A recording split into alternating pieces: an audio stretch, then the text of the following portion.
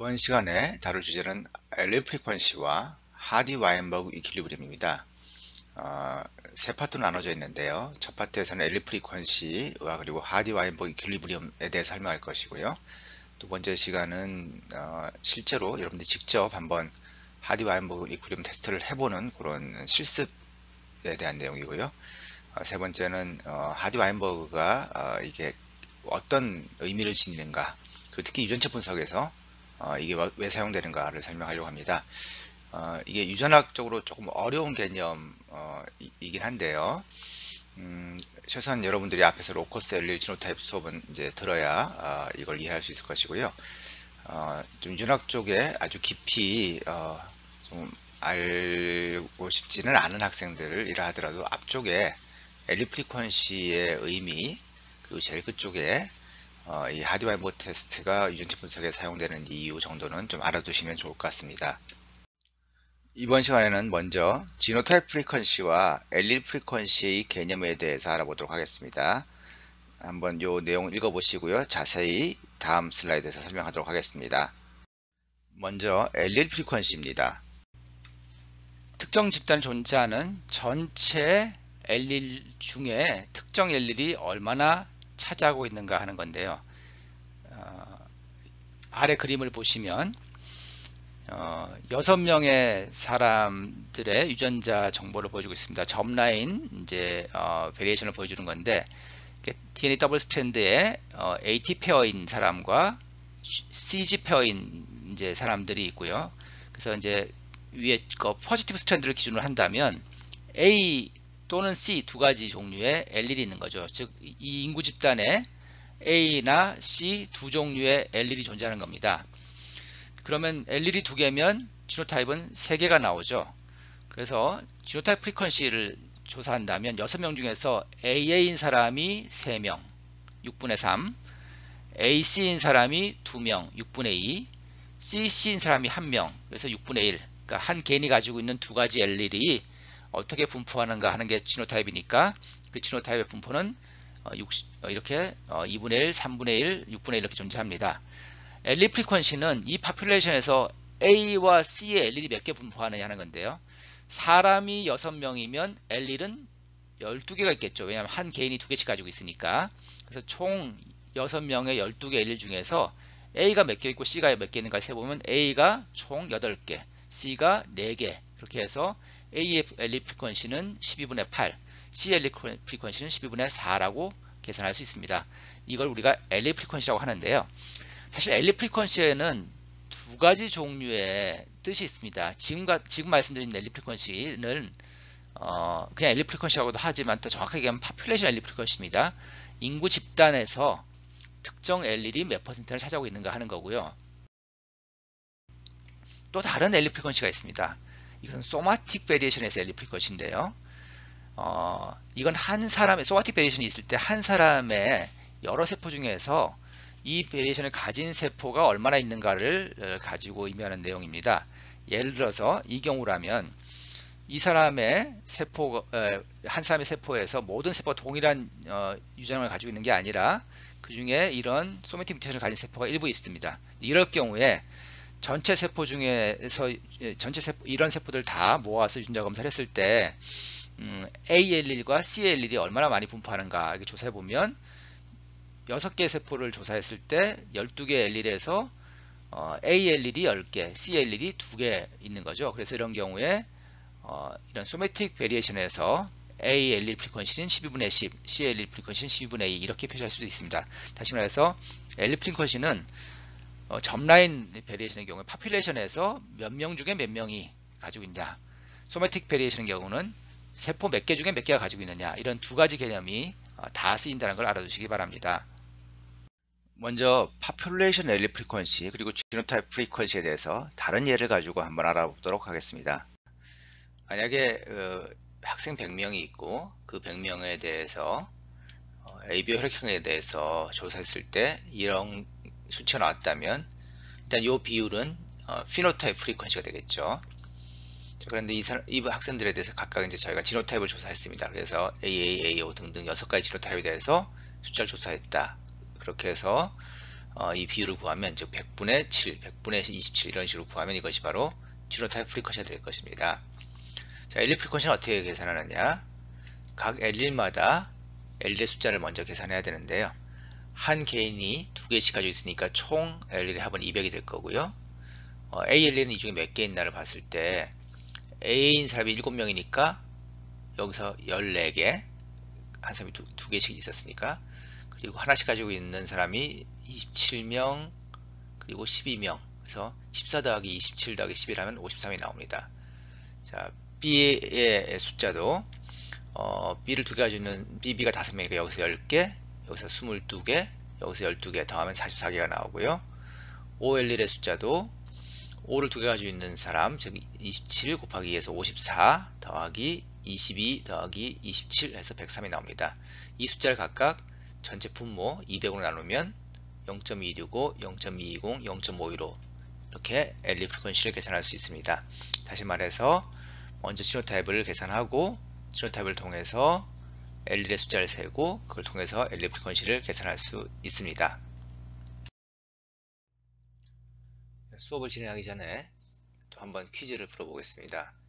앞에서 구했던 AB 혈액형의 지노타입 프리퀀시와 파퓰레이션 L 프리퀀시가 특정 집단, 예를 들어서 한국인의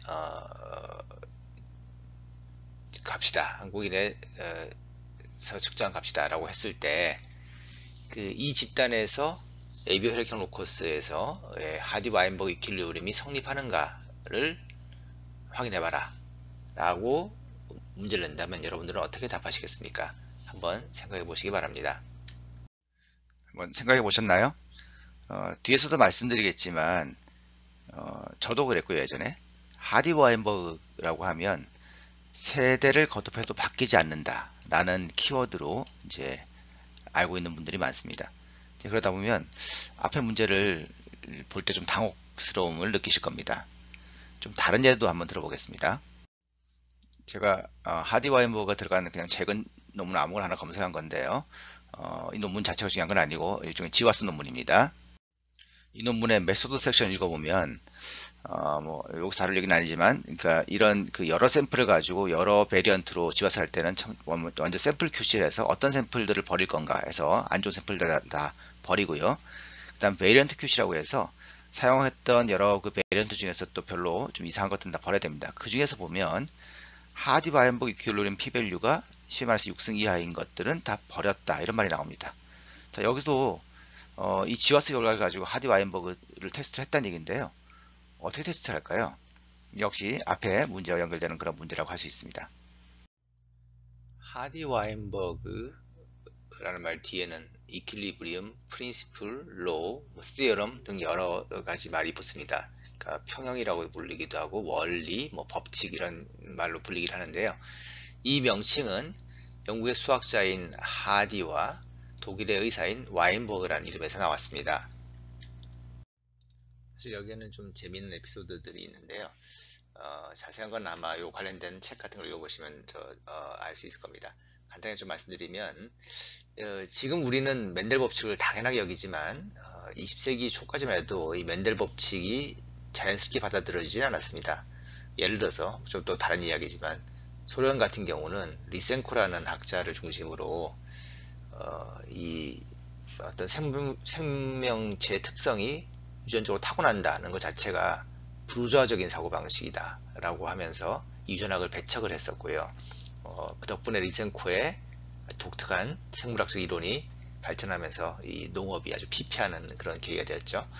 한편 미국에서도 반론 중에 이런 게 있었습니다. 우성하고 열성이 만나서 자손을 낳으면 그럼 우성이 되지 않냐. 그렇다면 우성 질환의 경우 점점점, 그러니까 우성과 열성이 만날 때마다 우성이 된다고 생각하면 결국 우성은 점점 늘어나야 되는데 우성 질환은 대부분 다 희귀하다. 그러니까 이거는 뭔가 이상하다. 안 맞는다. 뭐 이런 식의 반론이 있었습니다. 그래서 그거에 대한 아주 명백한 반박을 하기 힘들어서 어떤 생물학자가 이 영국의 유명한 수학자인 하디, 굉장히 유명한 사람이죠. 이 하디를 찾아와서 이 문제에 대해서 이제 상의를 했더니 이제 하디가 이거를 냅킨에다가 쓱쓱쓱 계산해 가지고 그렇지 않다. 그렇지 않고 이 우성은 계속 점점 많아지고 열성은 점점 더 없어진다는 그런 내용은 틀렸다. 이런 내용을 수학적으로 증명을 했습니다. 이 하디는 사실 이게 너무나 간단한 계산이라서 뭐 굳이 이건 뭐 논문으로 낼 필요도 없겠지만 결국 이 내용이 이제 사이언스라는 학술지에 실렸고요. 그 뒤로 이제 나중에 알고 봤더니 이 비슷한 내용을 이미 다른 와인버그라는 사람이 이미 예전에 발표한 적이 있다고 해서 그 뒤로는 하디 와인버그 법칙이라고 불리고 있습니다. 이런 에피소드 때문에 그런지 모르겠지만 흔히 하디 와인버그는 어떤 집단에서 엘리 프리퀀시 또는 지노타입 프리퀀시 또는 피노타입 프리퀀시가 세대가 지나도 바뀌지 않는다 라는 내용으로 많이 알려져 있습니다. 사실 그것도 이 하디 와인버그에 대한 틀린 얘기는 아닙니다. 하지만 이제 그게 너무 강조되다 보면 이 하디 와인버그의 본질을 잘 모르게 되는 겁니다. 그래서 앞의 퀴즈도 생각해 보시면 자, 이제 현재 한국인에서의 AB 혈액형 프리퀀시가 다음과 같다. 자, 이것이 하디 와인버그를 만족하는가 라는 질문을 했을 때 그렇게 세대가 지나도 바뀌지 않는다라는 관점만 몰두한다면 그걸 어떻게 테스트하죠? 그럼 한 30년 지나서 다시 테스트 해봤을 때 그 비율이 계속 유지되는가를 봐야만 알 수 있는 거죠. 근데 그렇게 실제로 측정할 수는 없지 않겠습니까? 그래서 하디 와인버그의 본질을 그 세대가 지나도 바뀌지 않는다라는 내용보다는 엘리 프리퀀시를 가지고 지노타입 또는 피노타입 프리퀀시를 예측할 수 있다라는 것에 맞추셔야 됩니다. 이 하디 와인버그에서 중요한 것 중에 하나는 이것이 항상 아무 때나 성립하는 것은 아니고 다음과 같은 조건을 만족할 때 성립한다는 겁니다. 그래서 이 조건의 내용들이 중요합니다. 근데 이 내용을 뭐 일일이 다 외우실 필요는 없고요. 제가 두 가지 다른 종류의 교과서에 적힌 걸 가져왔는데 둘이 똑같지는 않죠. 하지만 자세히 읽어보시면 결국 원리는 대동소이합니다. 여러분들 원리를 아셔야 되는데 그렇게 보면 이렇게 굉장히 파퓰레이션이 크고 랜덤 메이팅, 그러니까 이 어떤 특정 로커스와 무관하게 남녀가 랜덤하게 서로 결혼을 하고 자식을 낳는다. 뭐 이런 내용이고요. 그 다음에 이런 그 프리퀀시 영향을 줄 만한 다른 요인들, 특히 뮤테이션, 셀렉션, 마이그레이션 같은 것이 없어야 된다. 이런 조건 하에서 성립한다는 것을 알 수 있습니다. 그럼 하디 와인버그란 무엇이냐 하면 앞에서 언급한 그런 다 모든 조건들이 성립한 경우에 지노타입 프리퀀시와 파퓰레이션 엘리 프리퀀시가 다음과 같은 수학적인 관계를 가진다 하는 것이 하디 와인버그의 본질입니다. 좀 더 구체적으로 살펴보겠습니다. 어떤 인구 집단 굉장히 크고 그 안에서 랜덤하게 서로 결혼하는 랜덤 메이팅하는 그런 집단에서 어떤 특정한 사람, 그러니까 이 특정 엘릴에 대해서 호모자이고트인 사람이 태어날 확률, 이런 사람의 빈도는 얼마 될까요? 사실 이런 사람이 태어나려면 엄마도 이 빨간 엘릴을 하나 또는 둘 가지고 있어야 될 거고 아빠도 빨간 엘릴 하나 또는 둘 가지고 있어야 될 것이고 그 둘이 결혼해서 어떤 특정한 확률이 되어 이게 나오겠죠. 이런 사람이 나오겠죠. 하지만 좀 더 단순하게 생각해 보면 결국은 이 안에 수많은 사람들이 존재하고 그 사람들이 다 완전히 랜덤하게 만나서 결혼을 하고 그 자식도 그 엄마 아빠가 가진 엘릴 중에서 아주 랜덤하게 받는다. 그래서 이런 자식이 태어난다고 생각한다면 사실 이 과정을 좀 더 단순하게 얘기했을 때 이 안에 여러 가지 색깔의 공이 존재하고 그 중에서 빨간 공을 뽑을 확률이 P라고 했을 때 그러니까 아기가 한번 태어날 때마다 하느님이 이 전체 파퓰레이션에서 임의의 공을 하나 뽑아가지고 색깔을 부여하고 다시 또 그 공을 집어넣은 다음에 또 한 번 더 뽑아가지고 색깔을 뽑아서 이 두 개의 색깔을 보고 야 너는 앞으로 이런 지노탑을 가진다 라고 점지해 주는 것과 사실 본질적으로 같은 거죠. 랜덤 메이팅과 랜덤 시그리게이션을 생각하면 그래서 그런 관점에서 특정 호모자이고트가 태어날 확률은 이런 똑같은 색깔의 공을 두 번 뽑을 확률하고 똑같기 때문에 P제곱이 되는 것입니다. 그럼 헤테로자이고트가 태어날 확률은 어떻게 될까요? 앞에서 빨간 공을 뽑을 확률이 P라고 했고, 만약에 파란 공을 뽑을 확률이 Q라고 한다 그러면 임의로 어떤 애가 태어났을 때 빨간 공 하나, 파란 공 하나 가질 확률은 처음 뽑은 공이 빨간 공, 두 번째 뽑은 공이 파란 공이거나, 또는 처음 뽑은 게 파란색, 다음에 뽑은 게 빨간색일 확률의 합일 테니까 결국은 그 답은 EPQ가 되는 것이죠. 그래서 정리해보면 특정 알릴에 대한 호모자이고트의 지노타입 프리퀀시는 그 알릴 프리퀀시의 제곱, 또 두 다른 알릴의 헤테로자이고트의 지노타입 프리퀀시는 각각의 알릴 프리퀀시 곱한 것의 2배 라는 것이 바로 하디-와인버그 법칙입니다. 어떻게 생각하면 뭐 너무 당연한 거 아닌가? 이렇게 생각할지도 모르겠습니다만 꼭 그런 건 아닙니다.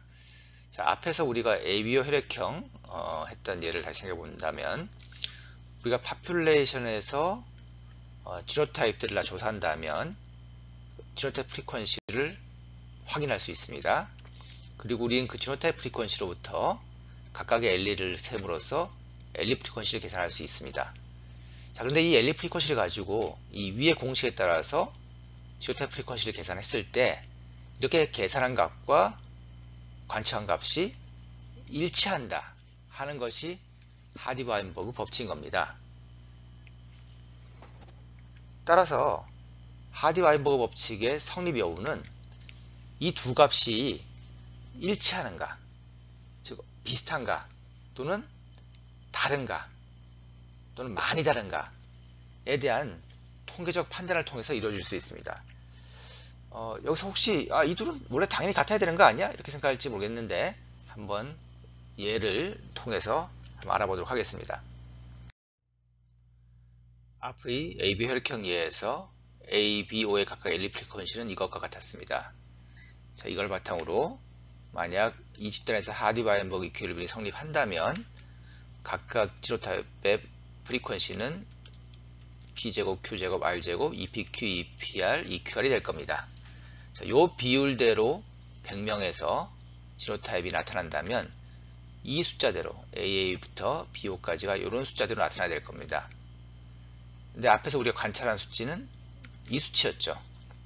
얘와 얘가 얼마나 일치하는가. 얘가 예측치고 expected value, 얘가 관측치 observed value일 텐데 이 둘이 얼마나 같은가 또는 얼마나 다른가를 테스트해야 합니다.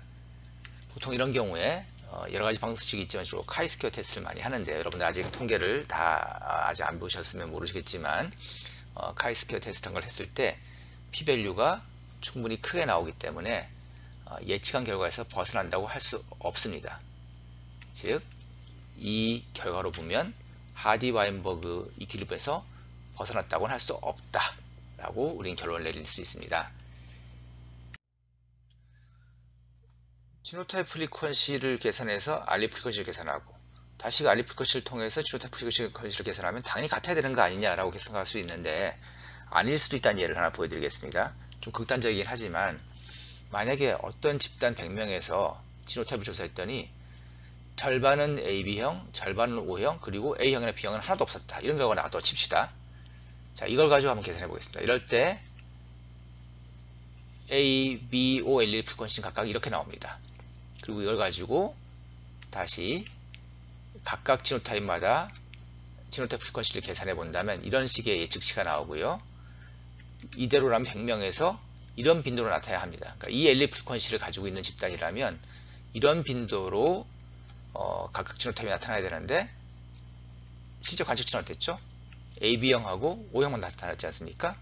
이 둘을 비교한다면 이게 예측치, 이게 관측치 이렇게 비교해서 카이스퀘어 테스트를 해본다면 P밸류가 엄청 낮게 나와서 이것은 귀무가설, 즉 둘은 거의 똑같을 것이다 라는 귀무가설에서 벗어나는, 귀무가설을 기각하는 결과가 나오게 되고요. 즉 하디-와인버그 법칙 이퀄리브럼은 이 집단에서 성립하지 않는다라고 결론을 내릴 수가 있습니다. 하디와이버그 킬로그램을 통계적으로 어떻게 검증하느냐 할 때 제가 카이스퀘어 테스트를 쓴다고 했는데, 뭐 사실 카이스퀘어 테스트 말고도 여러 가지 방법들이 있습니다. 제일 쉬운 게 뭐 이거라서 설명을 드렸고요. 다만 카이스퀘어 테스트를 하실 때 여러분들이 조금 고민되는 문제가 그 디그리 오브 프리덤, 자유도 문제입니다. 이게 사실 웬만한 레퍼런스에도 설명이 잘 안 되어 있고요. 심지어는 제가 찾아본 바에 의하면 어떤 또 웹사이트는 굉장히 좀 틀리게 적혀 있기도 합니다. 우선 그냥 여러분들이 쉽게 생각하실 거는 전체 지노타입 숫자에서 엘립 프리퀀시 숫자를 빼면 됩니다. 그렇게 생각하시면 될 것 같습니다. 자, 이 퀴즈 문제를 한번 이제 볼까요? 1번 이 지노타입 프리퀀시로부터 엘립 프리퀀시를 구하는 건 아마 여러분들이 쉽게 하실 수 있을 것 같습니다. 근데 여기서 직접 한번 하디-와이언버그 테스트를 해보라고 하면 직접 하기 좀 쉽지 않으시겠죠. 물론 뭐 여러 가지 이제 이걸 하는 패키지들이 있고 방법들이 있습니다. 근데 여러분들이 혹시 한번 직접 해보시고 싶은 분들을 위해서 아주 간단하게 엑셀 파일 이용해서 한번 카이스퀘어 테스트를 하는 방법을 제가 따로 동영상으로 준비했습니다. 이 다음 파트 동영상에서 설명을 하고 있고요. 뭐 이렇게 통계적인 거에 특별한 관심 없으신 분들은 그 동영상은 굳이 안 보시고 넘어가셔도 관계없습니다. 카이스퀘어 테스트가 제일 이제 좀 쉽고 간단하긴 한데 이게 좀 타입 1 에러가 인플레이션 되는 그런 좀 약점도 있습니다. 그래서 뭐 여러 가지 방법이 있습니다만 피처스 이그젝 테스트가 좀 샘플 수가 작거나 멀티엘릭 로커스에도 적합하다고 해서 더 많이 쓰기도 하고요. 또 이거 이외에도 몇 가지 다른 또 전문적인 테스트 방법들이 있습니다.